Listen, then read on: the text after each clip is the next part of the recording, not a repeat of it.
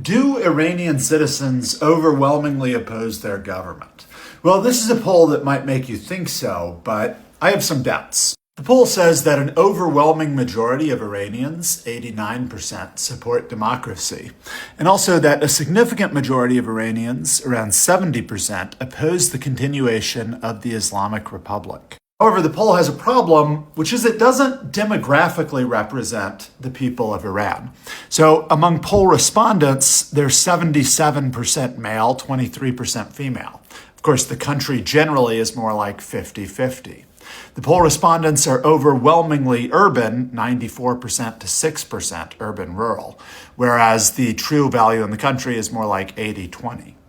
Age groups are a little weird too. So between 20 and 29, only 6% of their respondents, when it should be 20% for the country as a whole.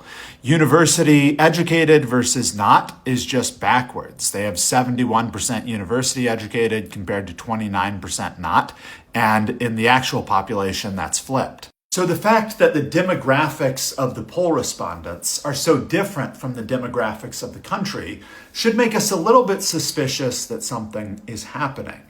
Now, in the survey, they are weighting the responses differently. That is, they're counting underrepresented groups more to offset the fact that they are underrepresented.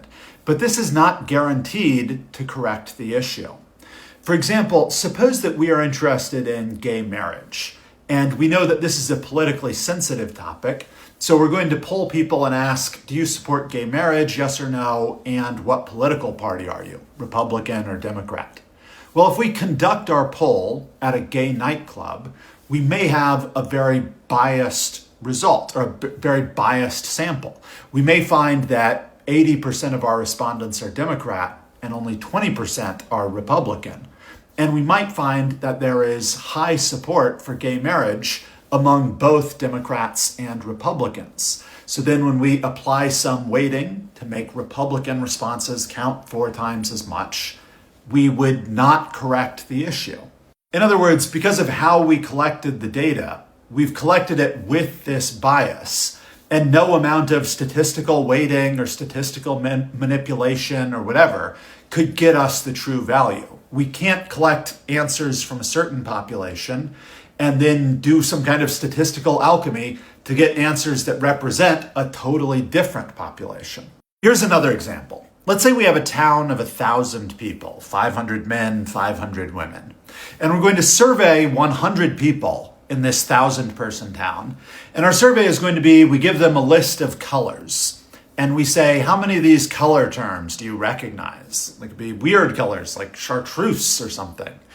And so on average, let's say that men recognize 3 of the 10 color terms and women recognize 7 of the 10 color terms. So if that's the true average, if we survey 100 people at random, we'll have 54 men, 46 women. That's just a random example from my experiment in Google Sheets. The male average is about 3. The female average is close to 7. But what if we don't survey at random? Let's introduce this highly correlated variable, which is highly correlated to the number of colors you identify. Maybe it's something like your propensity to go to an art museum. So if instead of surveying 100 people at random, if we just survey the 100 greatest propensity to go to an art museum people, say if we just survey 100 people at an art museum, then our responses look very different. One thing to notice is that the male-female split is now different. It's 15 and 85. Women are much more overrepresented in our survey. And we can also notice that the male average score is actually even greater than the female average score. That's a function of what you want to put in for the standard deviation for men and women. But my point is that by having this biased selection criteria, we get answers that are not representative. And no amount of making male answers count more to adjust for the fact that they're underrepresented could change that. If the male average is 7.6, then counting that more will just reinforce the wrong answer. So is the poll introducing a terrible bias as well? The poll is done, it's collecting responses from people who use the VPN provider Psiphon. And they write that 5 to 11 million people in Iran use Psiphon on a daily basis. So a VPN is something you would use to get around internet surveillance or get around internet restrictions. So maybe people who use a VPN are more opposed to the current regime than the average person.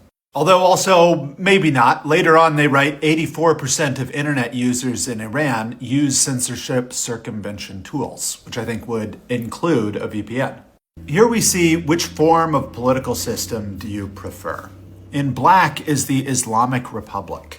And notice that in every split, the group that prefers the Islamic Republic more is the underrepresented group. So male to female has much greater support, 24 to 15, for the Islamic Republic. And females are massively underrepresented.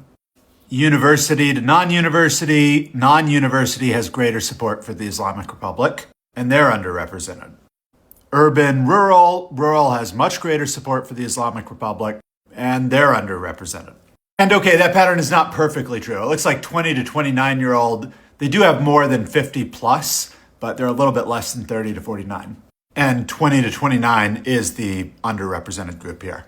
Two things that are odd to me. One, it's odd that the young group is so underrepresented. I would have guessed VPN users who are willing to fill out a poll about politics, that I would have guessed that would skew young, but it seems like not in Iran.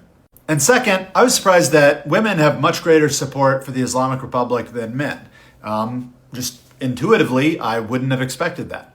So back to the first page. Can we trust these results? Well, the democracy thing is interesting. Overwhelming majority of Iranians support democracy, 89%. Because we see that a lot of Iranians support the Islamic Republic or a monarchy. Even the very next line is about half of the population is open to an authoritarian rule by a strong individual leader. Here, a strong leader who does not have to bother with parliament and elections. So about half of the population wants a strong leader who doesn't bother with elections, and yet overwhelming support for democracy. So I don't know what to make of that, except to say that democracy must be a flexible term. After all, they live in the Islamic Republic. They have elections. I guess you could consider Iran currently a democracy. I have no reason to think it's not. But anyway, the other line, a significant majority of Iranians, around 70%, oppose the continuation of the Islamic Republic. Can we trust that? Well, in short, I'm not so sure. I don't know of a better survey. I don't have a great reason to doubt that. But also, I see some red flags, or I have reason to be a little bit skeptical based on the non-representativeness of this survey, which I hope I've explained here. Thanks for your time.